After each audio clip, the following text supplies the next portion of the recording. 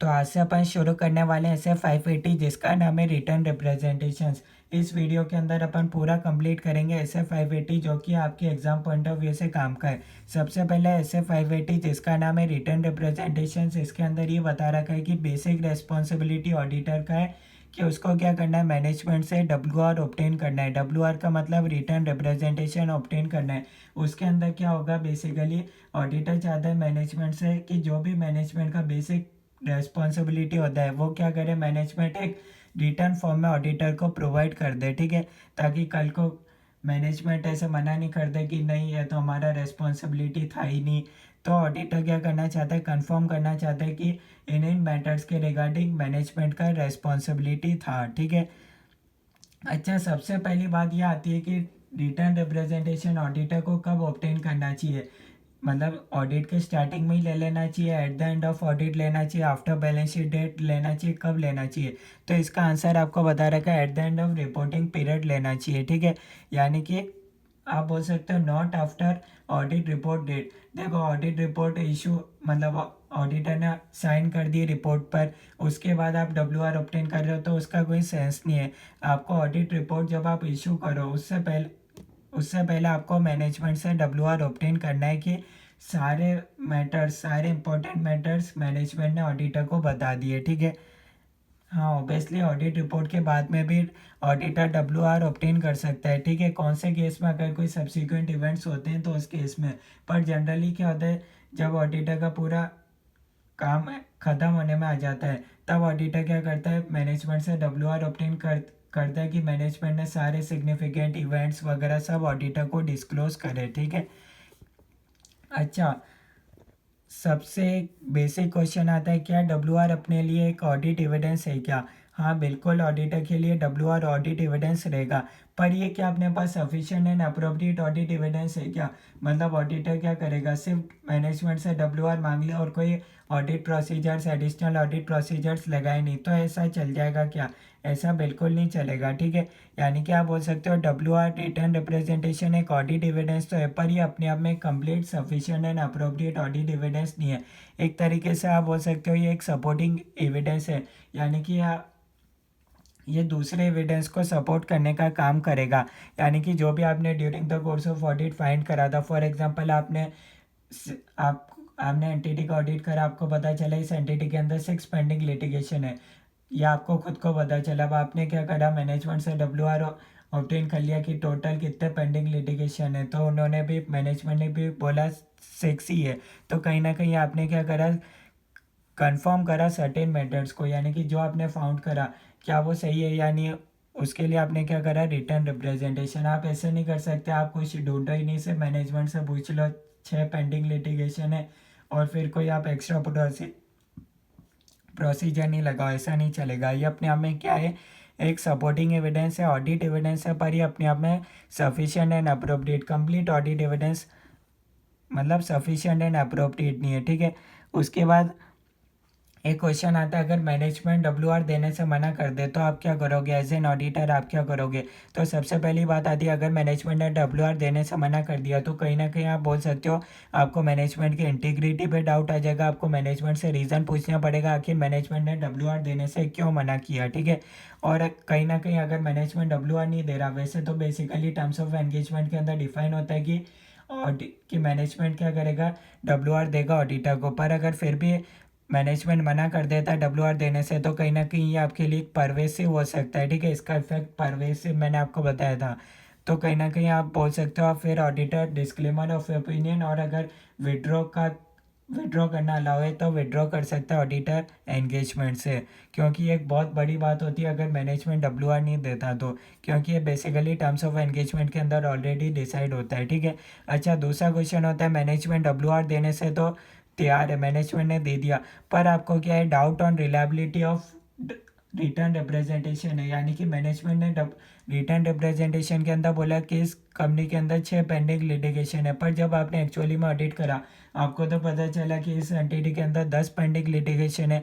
तो यानी कि जो मैनेजमेंट ने रिप्रेजेंटेशन दिया और जो आपकी फाइंडिंग्स है उसके अंदर कहीं ना कहीं डाउट आ रहा है, मतलब दोनों के अंदर वेरियंस है। तो उस केस में आप क्या करोगे, उस केस में आपको ऑब्वियसली सबसे पहले मैनेजमेंट के साथ इंक्वायरी करना चाहिए आखिर ऐसा क्यों हो रहा है, और फिर लास्ट में अगर मैनेजमेंट वगैरह कोई आपको एक तरीके से बोल सकते हो सपोर्टिंग एविडेंस प्रोवाइड नहीं कर पाते, ठीक है, रीज़न प्रोवाइड नहीं कर पाते, तो फिर आपको इसका इम्पैक्ट देखना पड़ेगा आपकी ऑडिट रिपोर्ट पे क्या आएगा, यानी कि ये कहीं ना कहीं परवेसिव फॉर्म में आप बोल सकते हो, फिर आपको मॉडिफिकेशन में जाना पड़ेगा एज पर ऐसे 705, ठीक है। यहाँ तक आपको कोई डाउट है तो आप बता सकते हो, ठीक है। उसके बाद अपने पास अब अपन डेफिनेशन पढ़ लेते हैं।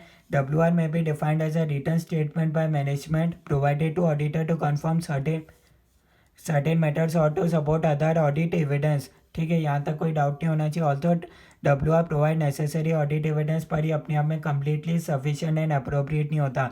ऑब्जेक्टिव क्या है इधर इस ऐसे का, सबसे पहले WR को ऑब्टेन करना है ताकि अदर सपोर्ट अदर एविडेंस, वही मैंने बताया, to confirm certain matters and उस अकॉर्डिंग आप क्या कर पाओगे, रेस्पॉन्ड कर पाओगे।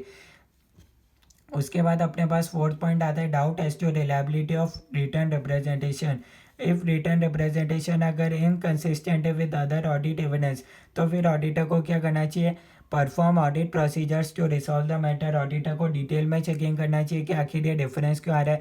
अगर ये मैटर अनरिजॉल्व रहता है तो फिर ऑडिटर को अप्रोप्रिएट एक्शन लेना चाहिए और ऐसे 705 मॉडिफिकेशन के अंदर चले जाना चाहिए। उसके बाद अपने पास फिफ्थ पॉइंट आता है रिक्वेस्टेड WR नॉट प्रोवाइडेड, ठीक है, मैनेजमेंट ने WR देने से ही मना कर दिया, तो फिर आप क्या करोगे, सबसे पहले डिस्कस करोगे मैटर विथ मैनेजमेंट, और अगर WR देने से ही मना कर दिया तो कहीं ना कहीं आपको मैनेजमेंट की इंटीग्रिटी पर डाउट आ जाएगा। फिर आपको देखना पड़ेगा क्या जो मैनेजमेंट ने अभी तक जो बाकी for example trade pending litigation में आपको डिफरेंस मिला, फिर आप देखोगे यार PP वगैरह भी तो गलत हो सकते हैं, तो कहीं ना कहीं जितने भी रिप्रेजेंटेशन दिए उसके अंदर सबको रिलायबिलिटी पर आपको डाउट आ जाएगा, आपको वापस से इवेल्युएट करना पड़ेगा और सारे ऑडिट एविडेंस इन जनरल आपको वापस चेक करना पड़ेगा, ठीक है। टेक अप्रोप्रिएट एक्शन, यानी कि आप बोल सकते हैं सब पर ही डाउट आ जाएगा, ठीक है, मैनेजमेंट ने जो जो ऑडिट, और उस अकॉर्डिंग आपको अप्रोप्रिएट एक्शन लेना पड़ेगा, मॉडिफिकेशन टू द ओपिनियन के अंदर जा सकते हो। सिक्स पॉइंट अपने पास आता है डेट ऑफ रिटर्न रिप्रेजेंटेशन कब होना चाहिए, कब आपको बेसिकली WR ऑब्टेन करना चाहिए। जनरली इसके अंदर आपको बता रहा है कि ऑडिट रिपोर्ट के बाद आपको नहीं लेना चाहिए, ऑडिट रिपोर्ट बने उससे पहले पहले आप ले सकते हो, ठीक है। देखो 31 मार्च के करीब ही लेना चाहिए, ऐसा नहीं कि आप during the course of audit ले रहे हो, बीच में भी नहीं लेना चाहिए, एकदम लास्ट मतलब at the end of reporting period आप बोल सकते हो उस समय ले लेना चाहिए, क्योंकि उसके बाद भी हो सकता है ना कोई सब्सिक्वेंट इवेंट अराइज हो, फिर कोई फाइंडिंग मिले, तो फिर उसके लिए आपको वापस से WR ऑब्टेन करना पड़ेगा कि मैनेजमेंट ने उस मैटर के रिगार्डिंग भी सब कुछ आपको बताया। तो जनरली ये बोला जाता है आपको क्या करना चाहिए, ऑडिट रिपोर्ट से पहले ले लेना चाहिए, at the end of reporting period लेना चाहिए। Written representation for financial statements and period cover, अच्छा आप 2 साल का ऑडिट कर रहे हो 2017 2018, तो आपका WR भी दोनों ईयर का होगा, ठीक है, और पूरे फाइनेंशियल स्टेटमेंट्स के रिगार्डिंग आप WR ऑब्टेन करते हो। 7 पॉइंट इंपॉर्टेंट है, एग्जाम के अंदर 100% आता ही आता है, ठीक है। Current management not present for all periods, मान लो क्या हुआ स्टार्टिंग में आपने पूरा एंगेजमेंट टर्म्स के अंदर एग्री कर लिया था कि मैनेजमेंट आपको WR प्रोवाइड करेगा, पर ड्यूरिंग द ईयर क्या हुआ, मैनेजमेंट चेंज हो गया, ठीक है, बहुत सारे की मैनेजर पर्सन छोड़ के चले गए एंटिटी, अब बीच में नए नए पर्सन आते गए, ठीक है, हो सकता है ना कि इसमें कोई बड़ी बात तो नहीं है, ठीक है, मैनेजमेंट चेंज हो सकता है, तो अब इस केस में साइन कौन करेगा, ऑब्वियसली मैनेजमेंट तो चेंज हो गया वो मैनेजमेंट, तो इस केस में बता रखा है क्या ऑडिटर WR नहीं लेगा तो चलेगा क्या, ऐसा बिल्कुल नहीं है, ऑडिटर को हर हालत के अंदर क्या करना पड़ेगा, मैनेजमेंट से WR लेना पड़ेगा। हाँ ऑब्वियसली अब वो पर्सन चेंज हो गए तो उस केस में क्या होगा, TCWG और मैनेजमेंट ये डिस्प्यूट सॉल्व करेंगे। फॉर एग्जांपल TCWG मैनेजमेंट को बोल देगा कि हम दोनों के बीच में एक MOU कर लेते हैं कि तुम मैनेजमेंट भले ही ऑडिटर को WR तो एक बार दे ही दे, पर TCWG और मैनेजमेंट दोनों मिलकर ये मीटिंग कर लेंगे कि हाँ तुम्हारा रेस्पॉन्सिबिलिटी नए मैनेजमेंट का रेस्पॉन्सिबिलिटी इस तारीख से ही रहेगा, इससे पहले का जो भी रेस्पॉन्सिबिलिटी है वो TCWG का रहेगा। TCWG और मैनेजमेंट दोनों आपस में मिलकर बात कर लेंगे, पर अल्टीमेटली मैनेजमेंट को ही WR तो देना पड़ेगा ऑडिटर को, ठीक है। ऐसा नहीं कि ऑडिटर WR 1 साल नहीं लेगा तो चलेगा, ऐसा बिल्कुल नहीं चलेगा, ठीक है। Not demonise such person responsibility.